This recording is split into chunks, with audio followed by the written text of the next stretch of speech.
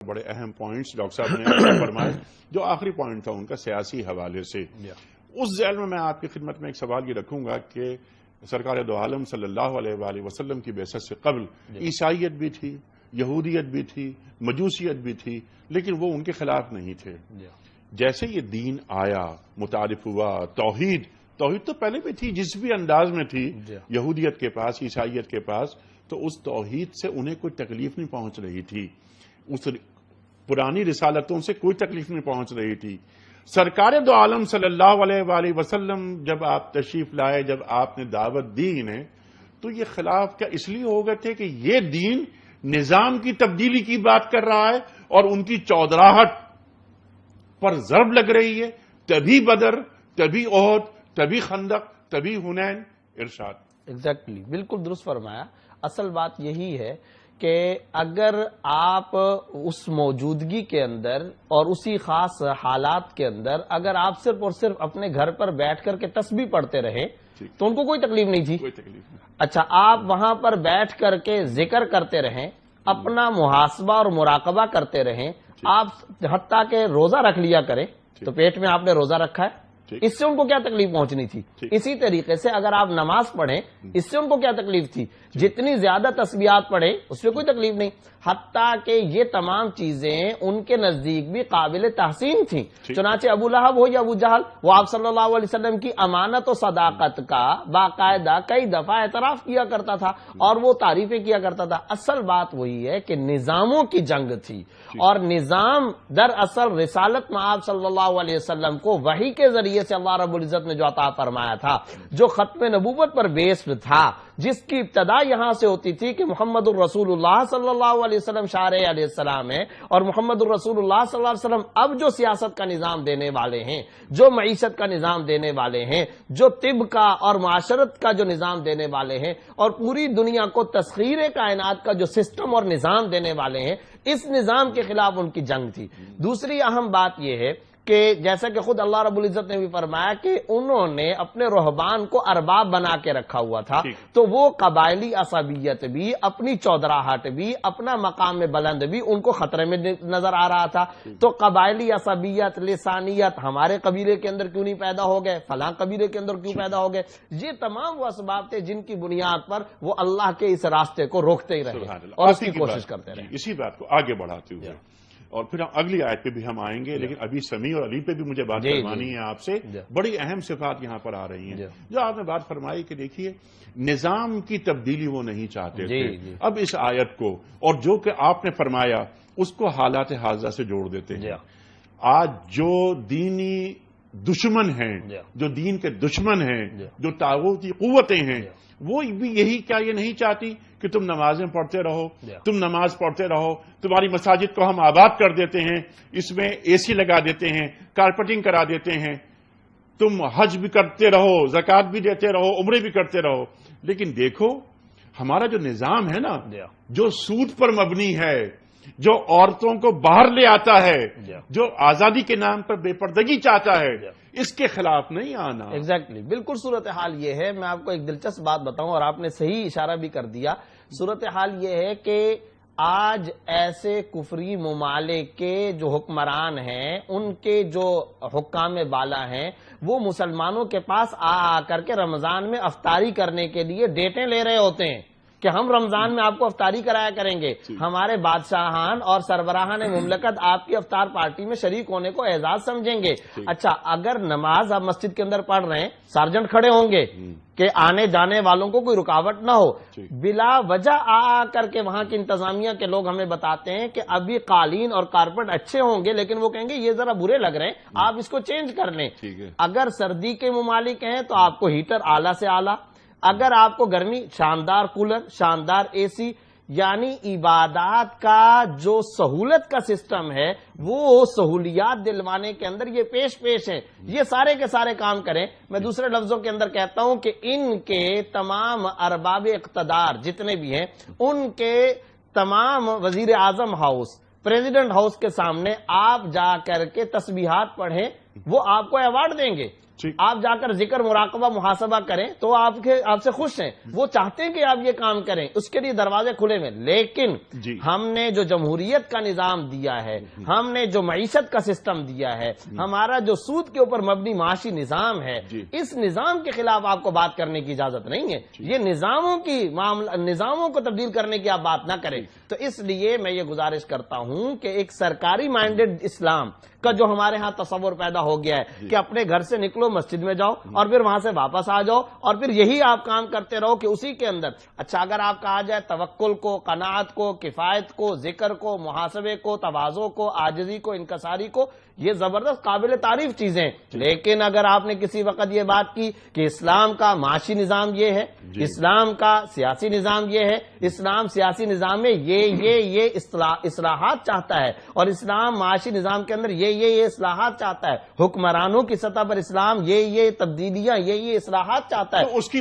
اجازت نہیں ہے، وہ نہیں ہو سکتا۔ ڈاکٹر صاحب اسی بات کو آگے بڑھاتے ہیں کہ آج یہ آیت، اس کو ہم جوڑ رہے ہیں حالات حاضرہ سے، ان الحکم الا للہ کی بات اگر کی جائے تو کیا آج کے جو بڑی طاقتیں ہیں، کیا آج کے جو لات و منات کے علمبردار ہیں یا آج جو دشمنان دین ہیں، کیا وہ یہ نہیں چاہتے کہ آپ عبادتیں کرتے رہیں، آپ جو چاہیں سو کریں، ہم سے مدد لیں، لیکن دیکھیں 3 کام نہیں کریں۔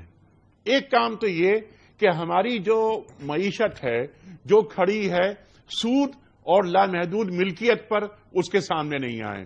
دوسری بات، جہاد کی بات نہ کریں، جہاد کی بات بالکل نہ کریں، بلکہ قرآن کریم سے نعوذ باللہ ان آیات کو نکال لیں، وحدت ادیان کی بات کریں، میٹھی میٹھی باتیں کریں، جیسا کہ فرمایا مفتی صاحب نے کہ دیکھیے عجز کی بات، تشکر کی بات، تواضع کی بات، اس کی بات کر لیں سب۔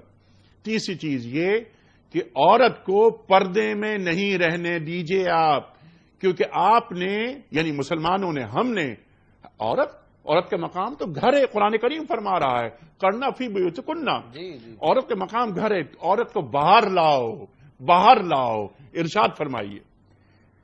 دیکھیں جی، بالکل درست فرمایا آپ نے بھی اور مفتی صاحب نے بھی۔ عالم کفر برسر پیکار صرف ان کے خلاف ہوتا ہے جن سے ان کو اپنے طاغوتی نظام کی جڑیں کھوکھلی کرنے اور ان کو جڑ سے اکھاڑ کر پھینک دینے کے لیے خطرہ محسوس ہوتا ہے، وگرنہ اگر ان کو اپنے طاغوتی نظام، جو معاشرتی نظام ہو، جو معاشی نظام ہو، چاہے وہ ان کا سیاسی نظام ہو، جن سے ان کو اس بات کا خطرہ نہیں ہے، ان کے خلاف ان کو برسر پیکار ہونے کی ضرورت بھی نہیں ہے۔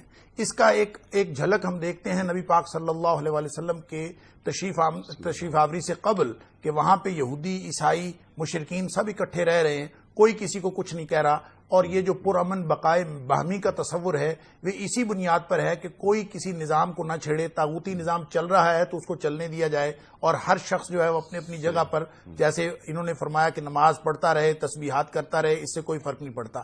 فرق اس وقت پڑتا ہے جب طاغوت کے نظام پر ضرب لگائی جاتی ہے، جب ان کی معاشرتی اقدار کو غلط قرار دے کے جو انسانیت کے منافی اقدار ہیں ان کی جگہ پر اسلام کی اعلیٰ اقدار نافذ کرنے کی بات کی جاتی ہے، جب ان کی معیشت کو انسانیت دشمن قرار دے کر اس کی جگہ پر معاشی نظام اسلام کا جو ہے وہ لانے کی بات کی جاتی ہے، جب اس طرح کی بات کی جائے، اس نظام کو للکارا جائے گا تو اس وقت سارا عالم کفر، الکفر ملت واحدہ کی شکل میں وہ اس کے خلاف برسر پیکار ہو جائے گا۔ یہ پوری تاریخ میں یہ رہا ہے، اور مدینہ کی جو چھوٹی سی ریاست تھی جس کے مقابلے پر سارے یہودی بھی اکٹھے ہو گئے اور مشرکین مکہ بھی اکٹھے ہو گئے، سارا عالم کفر اکٹھا ہو گیا، اور انہوں نے مدینہ کی بستی کو تاخت و تاراج کرنے کے لیے کوئی دقیقہ فروگزاشت نہیں کیا۔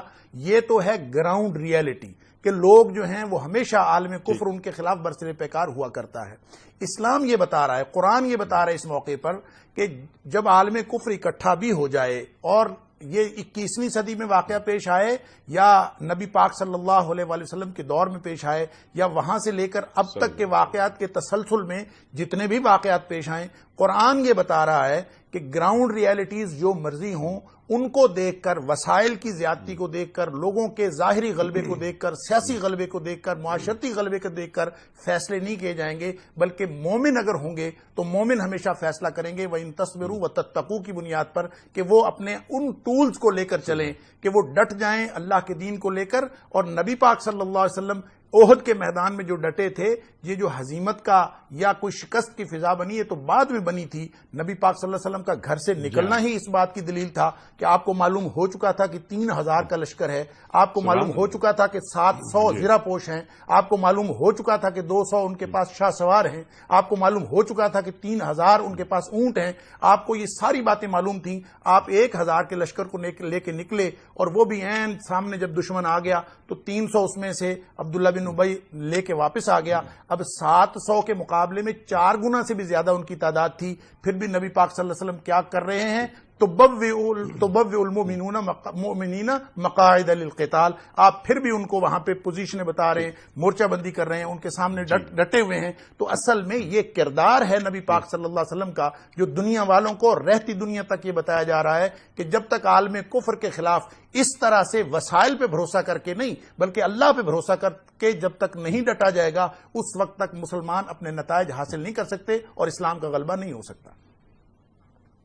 سبحان اللہ سبحان اللہ سبحان اللہ سبحان اللہ.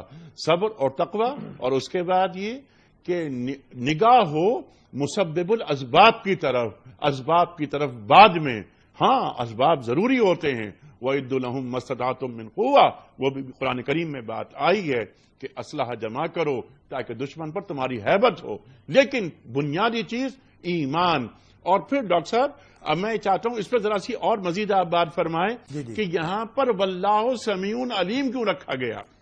دیکھیں، اللہ تعالیٰ سننے والا اور جاننے والا ہے. یہ اس کا تعلق ہے اس سچویشن کے ساتھ، اس جو کیفیت اس وقت جس کی کیفیت میں مسلمان مبتلا تھے، جس موقع پر یعنی نبی پاک صلی اللہ علیہ وسلم ان کو مورچہ بندی فرما رہے تھے صحابہ کرام کی، وہ گویا اپنے سے 4 گنا سے بھی بڑی طاقت کے خلاف جب وہ کر رہے تھے. تو مسلمان جب بھی یہ کردار اپناتا ہے اس کو ہر وقت اپنے ذہن میں یہ بات رکھنی چاہیے کہ مجھے اللہ تعالیٰ دیکھ بھی رہا ہے، میرے سارے حالات سے وہ واقف بھی ہے اور وہ مجھے سن بھی رہا ہے. یہ اللہ تعالیٰ کی گویا انسان مسلمان اور وہ پوری جماعت اللہ تعالیٰ کی نگرانی میں ہے، اور اللہ تعالیٰ ان کو کسی وقت بھی اللہ تعالیٰ ان سے غافل نہیں ہے. واللہ سمیع علیم. جب اس طرح سے مومن ہوں گے تو پھر مومنوں کے لیے اللہ تعالیٰ کی مدد آئے گی. سورہ آل عمران میں بھی اللہ تعالیٰ نے دوسرے مقام پہ فرمایا ان ینصرکم اللہ فلا غالب لکم. اللہ مدد کرے گا تمہاری تو تمہارے اوپر کوئی غالب نہیں آئے گا. وَإِن يَخْذُلْكُمْ، اور اگر اللہ تمہیں چھوڑ جائے فَمَنْ ذَا الَّذِي يَنصُرُكُم مِّن بَعْدِهِ، تو پھر انسان بھروسہ کرتا ہے. اصل میں توکل، آپ نے فرمایا نا کہ تیاری بھی ضروری ہے. میں یہ عرض کروں کہ توکل تدبیر کے خلاف نہیں ہے. توکل اور تدبیر کا گہرا تعلق ہے. لوگ یہ سمجھتے ہیں کہ اللہ پر توکل کا مطلب ہے تدبیر بھی نہیں کرنی. تدبیر پوری کرنی ہے، اللہ کے دیے ہوئے وسائل کو مکمل طور پہ استعمال کرنا ہے.